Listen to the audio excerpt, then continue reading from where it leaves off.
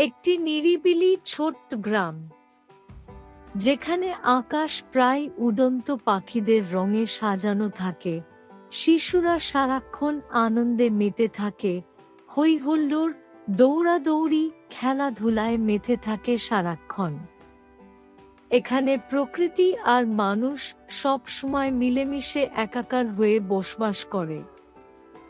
গ্রামের ছোট ছোট বাচ্চারা প্রতিদিন বিকাল বেলায় খেলতে বের হয়।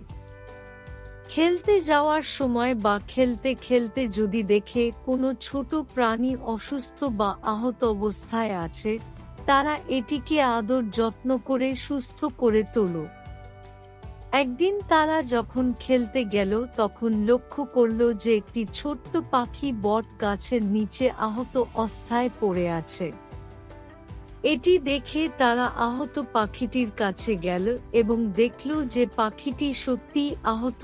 পাখিটির একটি ডানা ভাঙ্গা। পাখিটি ওড়ার জন্য অনেক ছট করেও উড়তে পারছে না, অসহায় অবস্থায় পুরনো বটগাছের ছায়ায় পড়ে আছে। পাখিটিকে দেখে শিশুদের মায়া হলো। শিশুরা বুঝল পাখিটিকে সাহায্য করতে হবে। দয়ালু হৃদয় দিয়ে তারা সিদ্ধান্ত নেয় তাকে যত্ন করবে এবং সুস্থ করে তুলে ছেড়ে দিবে, যাতে এই পাখিটি স্বাধীনভাবে আকাশে উড়তে পারে, তাদের মতোই খেলা করতে পারে। শিশুরা আহত পাখিটিকে বাড়িতে নিয়ে গেল।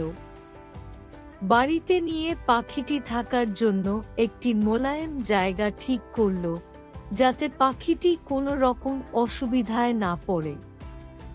পাখিটিকে শিশুরা যত্ন করে পরিচর্যা করতে লাগলো। পাখিটির খাবার ও পানীয় নিয়মিত দিতে থাকলো। তারা তার নাম দেয় চিরপি। দিন যাচ্ছে, শিশুরা পাখি সেবা শুশ্রূষা দিয়ে যাচ্ছে। দিনগুলি সপ্তাহে পরিণত হয়, আর শিশুদের ভালোবাসা চিরপির শক্তি হয়ে দাঁড়ায়। তারা ধৈর্য শিখল যখন তার ক্ষত পরিষ্কার করল, আনন্দ শিখল যখন দেখল সে আরো শক্তিশালী হচ্ছে, আর আশা পেল যখন তার ডানা সেরে উঠতে শুরু করল।